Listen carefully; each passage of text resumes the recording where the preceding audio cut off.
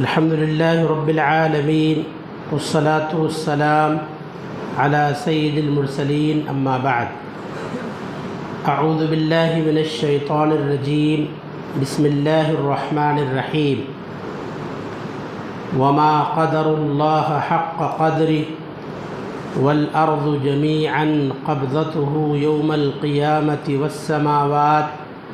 والسماوات مطويات بيمينه سبحانه وتعالى عما يشركون. وعن أبي هريرة رضي الله عنه أن رسول الله صلى الله عليه وسلم قال إن لله 99 اسما 100 إلا واحدة فمن أحصاها دخل الجنة متفق علیہ. محترم حاضرین مجلس، بزرگوں، نوجوان ساتھیوں، پردہ نشین، خواتین اسلام، عزیز بچے اور بچیوں، گزشتہ ہفتہ واری درس میں آپ کے سامنے توحید کے 2 قسموں کی وضاحت کی گئی تھی. توحید کی پہلی قسم کون سی ہے؟ توحید ربوبیت. توحید کی دوسری قسم توحید الوہیت، اور توحید کی تیسری قسم ہے توحید اسماء و صفات. تو آج انشاءاللہ توحید اسماء و صفات پر قرآن و حدیث کی روشنی میں کچھ اہم، ضروری اور اصلاحی باتیں آپ کے سامنے بیان کی جائیں گی. دیکھیے، اللہ تعالیٰ کے توحید اسماء و صفات کا مطلب ہوتا ہے اللہ تعالیٰ کے کچھ اچھے نام ہیں اور اچھی صفات اور خوبیاں ہیں. ان ناموں اور ان صفات میں اللہ تعالیٰ کو ایک جاننا، ایک ماننا، اور ان میں کسی کو بھی شریک اور ساجھی نہیں سمجھنا. اس کی وضاحت سے پہلے ہم سورہ زمر کی آیت نمبر 67 کو سمجھنے کی کوشش کرتے ہیں. سورہ زمر میں اللہ تعالیٰ کا فرمان ہے وما قدر اللہ حق قدری. لوگوں نے اللہ کی جیسی قدر کرنی چاہیے تھی ویسی قدر نہیں کی، جبکہ 7 زمینیں اللہ تعالیٰ کی مٹھی میں، 7 آسمان اللہ تعالیٰ کی مٹھی میں ہوگا. سبحانہ وتعالی عما یشرکون. جن چیزوں کو یہ اللہ کا شریک ٹھہراتے ہیں، ایسی تمام چیزوں سے اللہ تعالیٰ پاک و صاف ہے. اس آیت کریمہ کی تفسیر میں صحیح بخاری میں حضرت عبداللہ ابن مسعود رضی اللہ عنہ سے ایک واقعہ مروی ہے. عبداللہ ابن مسعود رضی اللہ عنہ بیان فرماتے ہیں کہ ایک یہودی عالم نبی کریم صلی اللہ علیہ وسلم کے پاس آیا اور اس نے کہا یا محمد، اے محمد صلی اللہ علیہ وسلم، ہم اپنی کتابوں میں یہ بات لکھی ہوئی پاتے ہیں کہ اللہ تعالیٰ قیامت کے دن 7 آسمانوں کو ایک انگلی پر رکھ لے گا اور 7 زمینوں کو اللہ ایک انگلی پر رکھ لے گا. تمام درختوں کو اللہ تعالیٰ ایک انگلی پر رکھ لے گا. پانی اور تری کو اللہ تعالیٰ ایک انگلی پر رکھ لے گا، اور تمام مخلوقات کو اللہ تعالیٰ ایک انگلی پر رکھ لے گا. یعنی گویا اس کی مٹھی میں کائنات اور اس کی ساری چیزیں آ جائیں گی. اس کے بعد اللہ تعالیٰ کہے گا انا الملک، میں بادشاہ ہوں. این ملوک الارض، زمین کے بادشاہ کہاں ہیں؟ زمین کے بادشاہ کہاں ہیں؟ اللہ کہے گا میں بادشاہ ہوں آج، زمین کے بادشاہ کہاں ہیں؟ پیارے نبی صلی اللہ علیہ وسلم نے اس یہودی عالم کی جب یہ بات سنی تو آپ صلی اللہ علیہ وسلم ہنس دیے، یہاں تک کہ آپ کے داڑھ کے دانت ظاہر ہو گئے، کھلکھلا کر ہنسے آپ کے داڑھ کے دانت ظاہر ہو گئے۔ پھر آپ صلی اللہ علیہ وسلم نے اس یہودی عالم کے قول کی تصدیق کے لیے سورہ زمر کی یہی آیت تلاوت کی، آیت نمبر 67، وما قدر اللہ حق قدری، کہ لوگوں نے اللہ کی ویسی قدر نہیں کی جیسی اللہ کی قدر کرنی چاہیے۔ یعنی گویا آپ صلی اللہ علیہ وسلم نے وضاحت کیا کہ تم اپنی کتابوں میں یہ بات لکھی ہوئی پاتے ہو، تورات وغیرہ میں یہ باتیں تمہیں لکھی ہوئی ملتی ہیں، قرآن میں بھی یہ باتیں لکھی ہوئی ہیں، قرآن کے اندر یہ باتیں موجود ہیں۔ آپ صلی اللہ علیہ وسلم نے باقاعدہ قرآن کی آیت پڑھ کر اس یہودی عالم کے قول کی تصدیق کیا اور واضح کیا کہ قرآن مجید کے اندر یہ باتیں موجود ہیں۔ تو دیکھیے یہ جو توحید کی تیسری قسم ہے توحید اسماء و صفات۔ توحید اسماء و صفات دراصل اللہ کے نام اور اللہ کی صفات یہ اللہ تعالیٰ کی پہچان ہے، اللہ تعالیٰ کی معرفت کا ذریعہ ہے۔ اگر ہمیں اللہ تعالیٰ کی جو ہے حقیقی معرفت حاصل کرنا ہے، اللہ کو جاننا پہچاننا ہے، تو ہمیں اللہ تعالیٰ کے ناموں اور اللہ کی صفات میں غور و فکر کرنا چاہیے، تو ہمیں حقیقی معنوں میں اللہ تعالیٰ کی معرفت حاصل ہوگی۔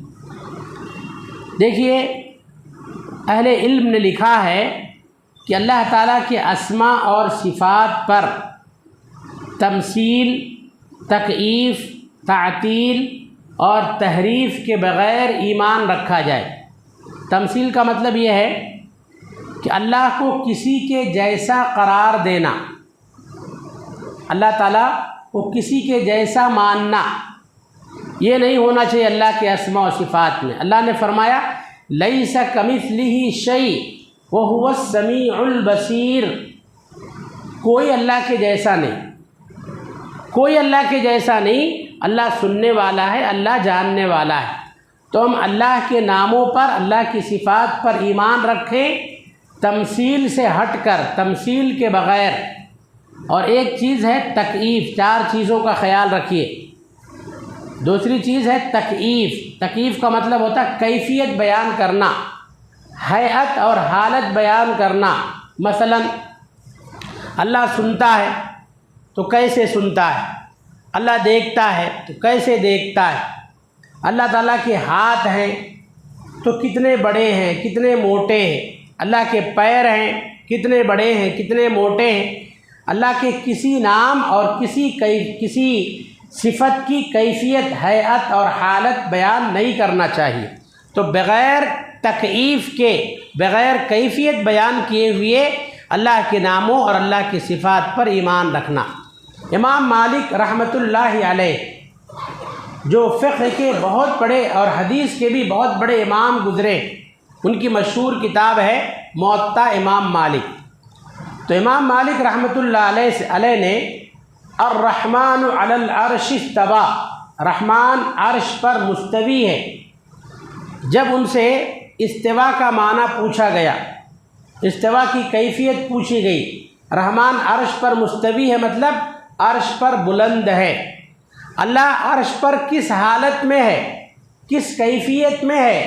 امام مالک رحمۃ اللہ علیہ سے جب یہ سوال کیا گیا تو جانتے انہوں نے کیا جواب دیا؟ انہوں نے کہا دیکھو الاستواء معلوم والکیف مجہول والسؤال عنہ بدعہ والایمان بہ واجب۔ کیا فرمایا؟ استوا تو معلوم ہے، استوا کا ہمیں پتہ ہے۔ اللہ نے فرمایا الرحمن علی العرش استوی، رحمان عرش پر مستوی ہے، عرش پر بلند ہے، یہ تو ہمیں قرآن سے معلوم پڑ رہا ہے، حدیث سے معلوم پڑ رہا ہے۔ استوا کا مطلب ہمیں جو ہے استوا معلوم ہے، والکیف مجہول، مگر کیفیت مجہول ہے، کیفیت معلوم نہیں ہے۔ اللہ تعالیٰ عرش پر بیٹھا ہے کہ کھڑا ہے کہ لیٹا ہے، اس کیفیت کے چکر میں ہمیں نہیں پڑنا چاہیے۔ کیفیت مجہول ہے، والسؤال عنہ بدعہ، اور کیفیت کے بارے میں سوال کرنا بدعت ہے۔ والایمان بہ واجب، اور اس پر ایمان رکھنا واجب ہے۔ امام مالک رحمۃ اللہ علیہ نے بڑے بہتر انداز میں سائل کو جواب دیا۔ تو معلوم کیا ہوا؟ اللہ کے اسماء و صفات کے بارے میں کیفیت سے بچنا چاہیے۔ اللہ تعالیٰ بیٹھا ہے، اللہ تعالیٰ کے ہاتھ ہے تو کیسے ہیں، پیر ہے تو کیسے ہیں، انگلیاں ہیں تو کیسی ہیں، سنتا ہے تو کیسے سنتا، ہنستا ہے تو کیسے ہنستا ہے، اس کی کیفیت میں نہیں جانا چاہے۔ بغیر تکییف، بغیر کیفیت بیان کیے ہوئے ایمان رکھنا۔ تیسری چیز ہے تعطیل۔ تعطیل کا مطلب ہوتا ہے انکار کرنا۔ معطلہ ایک فرقہ ہے، یہ اللہ رب العالمین کے تمام اسماء و صفات کا انکار کرتے ہیں۔ کہتے ہیں اگر اللہ کے لیے ہم صفات کو مانیں گے تو اللہ کی صفات اور بندوں کی صفات ٹکرائیں گی، پھر اللہ تعالیٰ خالق مخلوق کے جیسا ہو جائے گا، اس لیے اللہ کی تمام صفات کا انکار کرتے ہیں، اس کو معطلہ کہتے ہیں۔ یا وہ یہ کہتے ہیں کہ اللہ تعالیٰ کے تمام صفات، اللہ کے تمام نام معنی اور مقصد سے خالی ہیں۔ معطل کے معنی خالی ہونا۔ اللہ کے تمام نام، تمام اسماء، تمام صفات جو ہے برکت، معنی اور مقصد سے خالی ہے۔ بات بھی غلط ہے۔ اللہ تعالیٰ کے جو بھی نام ہیں وہ معنی دار ہیں، با مقصد ہیں۔ اللہ کی جو صفات ہیں با معنی اور با مقصد ہیں۔ کوئی اللہ کا نام بے معنی اور بے مقصد نہیں ہے، اللہ کی کوئی صفت بے معنی اور بے مقصد نہیں ہے۔ اسی طرح سے چوتھی چیز ہے تحریف۔ اللہ تعالیٰ کے اسماء و صفات کے الفاظ یا معنوں میں تبدیلی کرنا، چینج کر دینا، تحریف کرنا۔ مثلا مشرکین نے اللہ تعالیٰ کا جو ذاتی نام ہے اللہ، اللہ کے نام سے اپنے بت کا نام بنا لیا۔ کیا بنایا؟ لات۔ لات، عزا، منات، یہ اہل عرب کے اس زمانے میں 3 بڑے مشہور بت تھے۔ تو انہوں نے کیا کیا؟ اللہ کے نام، اللہ تعالیٰ کے ناموں میں تحریف کیا، چینجنگ کیا، اس کے اندر ترمیم کر دیا۔ اللہ تعالیٰ کا جو ذاتی نام اللہ ہے اس سے کیا بنا لیا؟ لات بنا لیا۔ اللہ تعالیٰ کا ذاتی نام عزیز ہے، اس سے اپنے بت کا نام عزا بنا لیا۔ اللہ تعالیٰ کا ذاتی نام ہے منان، منان احسان کرنے والا، تو اس سے اپنے بت کا نام منات بنا لیا۔ اللہ سے لات اور عزیز سے عزا، منان سے منات بنا لیا۔ تو یہ کیا ہے؟ اللہ تعالیٰ کے ناموں میں تحریف کرنا، ترمیم کرنا، چینجنگ کر کے اس پر اپنے بتوں کا نام رکھ دینا، جیسا کہ اہل مکہ نے کیا۔ تو اللہ تعالیٰ کے اسماء و صفات میں تحریف بھی ناجائز ہے۔ یہ کیا ہے؟ لفظی تحریف ہے۔ اور ایک ہوتا معنوی تحریف، اس کا معنی کچھ کا کچھ بیان کرنا، معنی کچھ کا کچھ کرنا، یہ بھی حرام ہے۔ معنوی تعویل اور معنوی تحریف بھی حرام ہے۔ مثال کے طور پر اللہ تعالیٰ نے فرمایا تبارک الذی بیدہ الملک وہو علی کل شیء قدیر، بڑی بابرکت ہے وہ ذات جس کے ہاتھ میں بادشاہت ہے اور وہ ہر چیز پر قادر ہے۔ یہاں دیکھیے اس آیت میں بیدہ الملک، ید کے معنی ہاتھ ہوتا ہے، تو اللہ تعالیٰ کے لیے اللہ نے اپنے لیے ہاتھ کو ثابت کیا ہے۔ یہاں ید کا ترجمہ ہاتھ سے ہی کرنا چاہیے۔ بعض لوگ اس کے معنی میں تحریف کرتے ہیں، تعویل کرتے ہیں، معنی چینج کر دیتے ہیں، اور ہاتھ کا ترجمہ قبضہ و قدرت سے کرتے ہیں، کہتے ہیں جس کے قبضہ و قدرت میں بادشاہت ہے۔ تو سلف صالحین کا عقیدہ ہے کہ یہاں ید کا ترجمہ ہاتھ سے ہی کرنا چاہیے، ید کا ترجمہ قبضہ و قدرت سے نہیں کرنا چاہیے۔ اگر ہم یہ کہیں گے کہ بڑی بابرکت ہے وہ ذات جس کے قبضے و قدرت میں بادشاہت ہے، تو ہم نے ید کا جو معنی ہے اس کے معنی کو چینج کر دیا، اس کے معنی کو بدل دیا۔ اسی طرح سے اللہ کے جو بھی صفات ہیں تو اللہ تعالیٰ کے ناموں اور صفات کے اندر اس کا جو صحیح معنی ہے وہی معنی بیان کرنا، معنی کے اندر تحریف اور تعویل سے کام نہیں لینا۔ تو 4 چیزیں بتائی گئی اللہ تعالیٰ کے اسماء و صفات کے تعلق سے: تمثیل، تکییف، تعطیل اور تحریف۔ ان چاروں چیزوں سے اللہ تعالیٰ کے اسماء و صفات میں ہم سب کو بچنا چاہیے۔ دیکھیے، اللہ تعالیٰ کے اسماء و صفات کے تعلق سے ہم کو کیا کرنا چاہیے؟ پہلا کام، سب سے پہلی بات یہ ہے کہ اللہ تعالیٰ کے جتنے بھی اسماء و صفات ہیں قرآن کریم میں اللہ تعالیٰ نے جو ثابت کیے ہیں، صحیح احادیث میں پیارے نبی صلی اللہ علیہ وسلم نے جو ثابت کیے ہیں اللہ کے اسماء و صفات، ہمیں ان پر ایمان رکھنا چاہیے اور یہ عقیدہ رکھنا چاہیے کہ اللہ کا یہ نام اللہ کے شایان شان ہے، اللہ کی یہ صفت اللہ تعالیٰ کے شایان شان ہے، ہم کو اس پر ایمان رکھنا چاہیے۔ البتہ اللہ تعالیٰ کی کچھ صفات ایسی ہیں کہ جن صفات میں بندے اللہ کی صفت سے مشابہ ہو جاتے ہیں۔ مثلا سمیع ہے، سمیع کے معنی سننے والا، اللہ بھی سنتا ہے، بندے بھی سنتے ہیں۔ علیم کے معنی جاننے والا، اللہ بھی جانتا ہے، بندے بھی جانتے ہیں۔ بصیر کے معنی دیکھنے والا، اللہ بھی دیکھتا ہے، بندے بھی دیکھتے ہیں۔ اللہ تعالیٰ کی ایک صفت ہے کلام، بات کرنا، اللہ بھی بات کرتا ہے، بندے بھی بات کرتے ہیں۔ تو کچھ ایسی صفات ہیں کہ بندے ان صفات میں اللہ کے مشابہ ہو جاتے ہیں، اللہ بھی سنتا ہے، بندے بھی سنتے ہیں، مگر یہ عقیدہ رکھنا چاہیے کہ اللہ کا سننا الگ ہے اور بندوں کا سننا الگ ہے، اللہ کا دیکھنا الگ ہے، بندوں کا دیکھنا الگ ہے، اللہ رب العالمین کا جاننا الگ ہے، بندوں کا جاننا الگ ہے۔ اللہ تعالیٰ اپنی شان اور اپنی عظمت کے مطابق سنتا ہے، اللہ اپنی شان اور اپنی عظمت کے مطابق دیکھتا ہے، اللہ اپنی شان اور اپنی عظمت کے مطابق بات کرتا ہے۔ بندے سننے میں، دیکھنے میں، بات کرنے میں، جاننے میں اللہ رب العالمین کی برابری نہیں کر سکتے، اللہ رب العالمین کا مقابلہ نہیں کر سکتے۔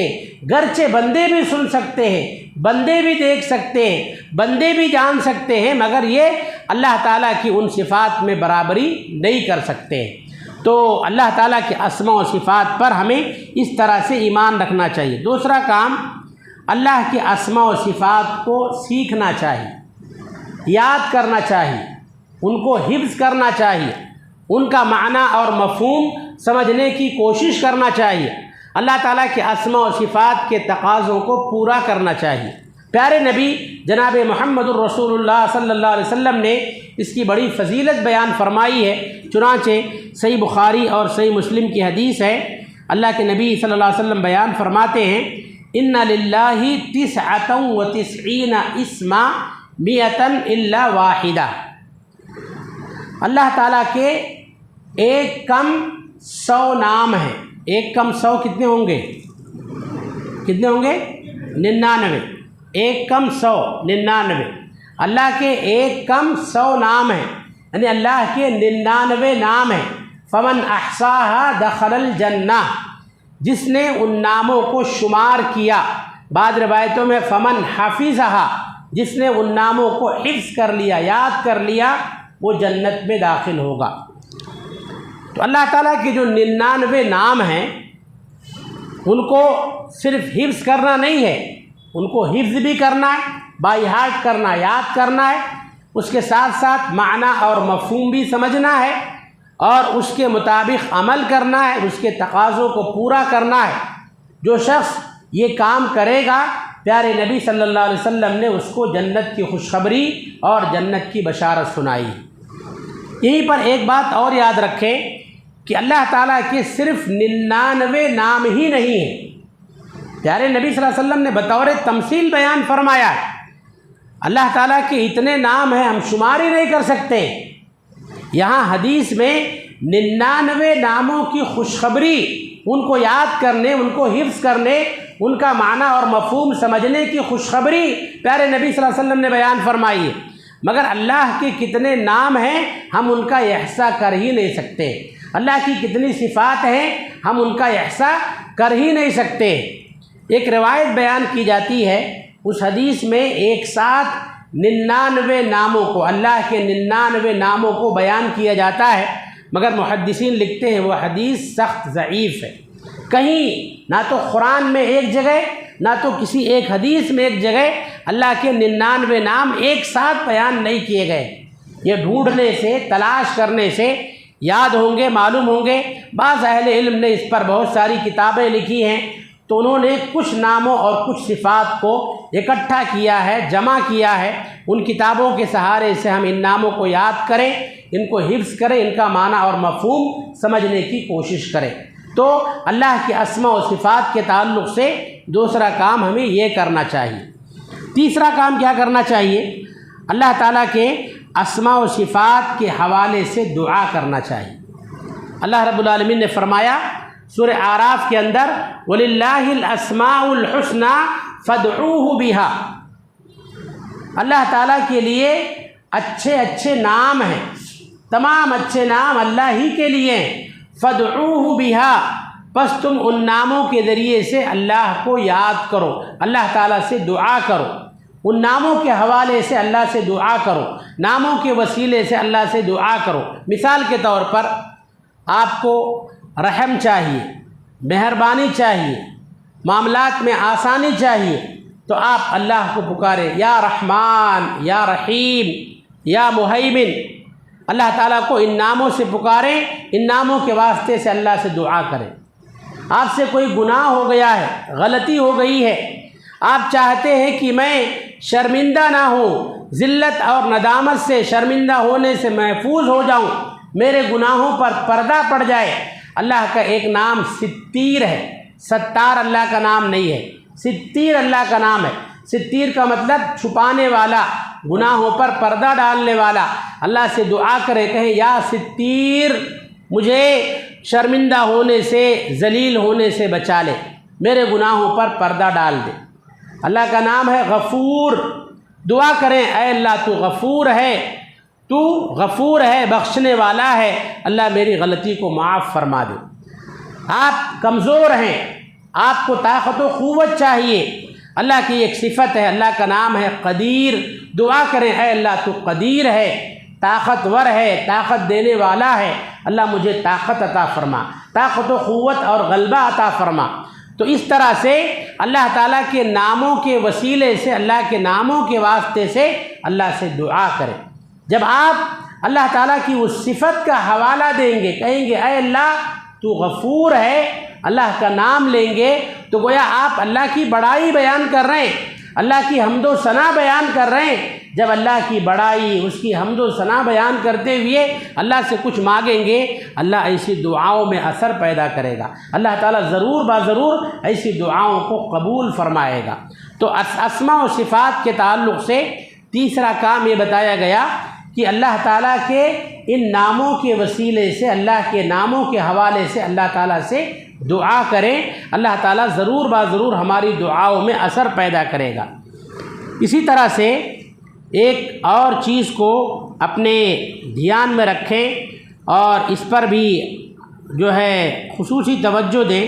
دیکھیں، اللہ تعالیٰ کے اسماء و صفات پر حقیقی ایمان رکھنے سے سماج اور معاشرے سے برائیوں کا خاتمہ ہوتا ہے۔ یہ بہت اہم بات ہے۔ اگر اللہ کے اسماء و صفات پر ہمارا صحیح ایمان ہو تو بہت حد تک ہم گناہوں سے بچ جائیں گے، سماج اور معاشرے سے جرائم کا سد باب ہوگا، برائیوں کا خاتمہ ہوگا۔ آپ دیکھیں، ایک بندہ جب کوئی غلطی کرتا ہے، جب کوئی گناہ کرتا ہے، گناہ کرتے وقت، غلطی کرتے وقت، چوری کرتے وقت یا کوئی اور غلط کام کرتے وقت اس کے ذہن میں یہ بات فوراً آ جائے، اللہ بصیر ہے، اللہ دیکھ رہا ہے۔ پہلے گناہ کرنے سے یہ بھی رہے خیال، سب دیکھتے نہیں ہیں مگر دیکھتا ہے وہ۔ اگر بندہ یہ احساس کر لے اللہ دیکھ رہا ہے، اللہ تعالیٰ کی مجھ پر نظر ہے، میں اللہ تعالیٰ کی نظر میں ہوں، جب بندہ یہ خیال کر لے تو اس کے ہاتھ گناہوں سے رک جائیں، اس کے قدم گناہوں سے رک جائیں گے، اس کے اندر کپ کپی طاری ہو جائے گی۔ اسماء و صفات پر ایمان رکھنے کا ایک بہت بڑا فائدہ ہے۔ آپ اپنی زبان سے اول فول بک رہے ہیں، ناشائستہ الفاظ، ناشائستہ جملے اپنی زبان سے ادا کر رہے ہیں اور غلط الفاظ اپنی زبان سے نکال رہے ہیں، اگر آپ کے دل میں یہ خیال پیدا ہو جائے اللہ سننے والا ہے، میرا رب سن رہا ہے، میرا رب جو مجھ سے بے پناہ محبت کرتا ہے، میرے رب کو یہ الفاظ پسند نہیں ہے، میرے رب کو یہ جملے پسند نہیں ہے، گالی گلوچ میرے رب کو پسند نہیں ہے، اگر آپ احساس کر لیں اللہ سن رہا ہے، اللہ سن رہا ہے، تو فوراً آپ اپنی زبان پر کنٹرول کرنے کی کوشش کریں گے۔ اسی طرح سے اللہ کی ایک صفت ہے علیم، جاننے والا ہے۔ اگر ہمارا ایمان ہو اللہ جاننے والا ہے، کوئی جانے یا نہ جانے، اللہ لطیف خبیر ہے، باریک سے باریک چیزوں کا جاننے والا ہے، باریک سے باریک چیزوں کی خبر رکھنے والا ہے، اپنے آپ کو گناہوں سے روکیں گے۔ اگر ہمارے اندر یہ کیفیت پیدا ہو جائے کہ اللہ قدیر ہے، اللہ قدرت والا ہے، طاقت والا ہے، اللہ تعالیٰ کا تمام لوگوں پر غلبہ ہے، اگر اس وقت ہمارے دل میں احساس ہو جائے جب ہم کسی پر ظلم کر رہے ہوں، جب ہم کسی پر زیادتی کر رہے ہوں، جب ہم کسی کو تنگ کر رہے ہوں، کسی کی زندگی کو پریشان کن بنا رہے ہوں، اگر ہمارے دل میں احساس آ جائے اللہ قدیر ہے، اللہ قدرت والا ہے، اللہ پاورفل ہے، اللہ جب چاہے پکڑ سکتا ہے، اللہ جب چاہے انتقام لے سکتا ہے، اللہ جب چاہے ہم کو مصیبت میں ڈال سکتا ہے، تنگی میں ڈال سکتا ہے، اگر اللہ کی صفت قدیر کا ہمیں احساس ہو جائے ہم ظلم و زیادتی سے اپنے آپ کو روک لیں گے۔ تو اللہ کے اسماء و صفات پر ایمان رکھنے کا ایک بہت بڑا فائدہ یہی ہے کہ اگر صحیح ایمان ہو جائے اللہ کے اسماء و صفات پر تو سماج اور معاشرے سے جرائم کا خاتمہ ہو سکتا ہے۔ تو آج کے درس میں نے اسماء و صفات، توحید اسماء و صفات کے تعلق سے کچھ اہم اور کچھ ضروری باتیں آپ کے سامنے بیان کی ہیں۔ یہ مختصر باتیں ہیں، اگر اللہ کے اسماء و صفات پر گفتگو کی جائے تو مہینوں لگ جائیں گے، مگر اللہ تعالیٰ کے اسماء و صفات کی صحیح طور پر کما حقہ وضاحت نہیں کی جا سکتی ہے۔ تو کچھ بنیادی باتیں اللہ کے اسماء و صفات کے تعلق سے جو ہم کو جو کرنے کے کام ہیں اور جو نہیں کرنے کے کام ہیں، ان کی مختصر طور پر میں نے آپ کے سامنے وضاحت کی ہے۔ آئیے ہم سب اللہ تعالیٰ سے دعا کریں کہ رب العالمین ہم تمام لوگوں کو تیری ذات پر جس طرح سے ایمان رکھنے کا حق ہے اللہ اسی طرح سے ہم سب کو تجھ پر ایمان رکھنے کی توفیق عطا فرمائے۔ اللہ تعالیٰ اسماء و صفات پر، تیرے اسماء و صفات پر جس طرح سے ایمان لانے کا حق ہے اللہ اسی طرح سے ہمیں ایمان رکھنے کی توفیق عطا فرمائے۔ اللہ تعالیٰ اسماء و صفات کے باب میں ہمیں تمثیل، تکییف، تعطیل اور تحریف سے محفوظ فرمائے۔ رب العالمین تیرے ناموں کے وسیلے، تیرے ناموں کے واسطے سے ہمیں دعائیں کرنے کی توفیق عطا فرمائے۔ رب العالمین تیرے ناموں کو یاد کرنے، ان کو حفظ کرنے اور ان کا معنی و مفہوم سمجھنے اور ان کے تقاضوں کو پورا کرنے کی توفیق عطا فرمائے۔ اللہ تعالیٰ ہمیں اس تعلق سے ہماری جو ذمہ داریاں بنتی ہیں ہمیں اپنی اپنی ذمہ داریوں کو بحسن و خوبی انجام دینے کی توفیق عطا فرمائے۔ اللہ تعالیٰ جس طرح سے تیری قدر ہونی چاہیے اللہ اسی طرح سے ہم سب کو تیری قدر کرنے کی توفیق عطا فرمائے۔ اللہ سماج اور معاشرے سے برائیوں کا، جرائم کا اور گناہوں کا خاتمہ فرمائے۔ رب العالمین ہم تمام لوگوں کی چھوٹی بڑی تمام نیکیوں کو قبول فرمائے، ہمارے چھوٹے بڑے تمام گناہوں کی مغفرت فرمائے۔ دنیا میں جہاں کہیں بھی مسلمان پریشان حال ہیں، بالخصوص فلسطین میں مسلمان مسائل کا دوچار ہیں، مسائل سے دوچار ہیں، جو لوگ انتقال فرما گئے ہیں اللہ تعالیٰ ان کی مغفرت فرمائے، جو لوگ زندہ ہیں اللہ تعالیٰ ان کی حالتوں پر رحم فرمائے، ان کے لیے آسانیاں پیدا فرمائے۔ اللہ ہم میں سے بھی جو بیمار ہیں انہیں شفائے کاملہ و عاجلہ عطا فرمائے، اور جو اس دنیا سے وفات پا چکے ہیں اللہ تعالیٰ ان کی مغفرت فرمائے، ان کو کروٹ کروٹ جنت نصیب فرمائے۔ رب العالمین ہم تمام لوگوں کو نیک اور ایک بن کر زندگی گزارنے کی توفیق عطا فرمائے، آمین ثم آمین۔ وآخر دعوانا ان الحمد للہ رب العالمین۔ السلام علیکم ورحمۃ اللہ وبرکاتہ۔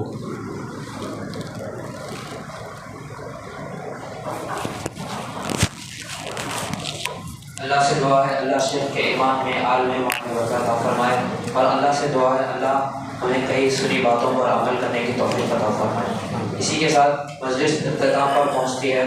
سبحانک اللہم و بحمدک، اشہد ان لا الہ الا انت، استغفرک و اتوب الیک۔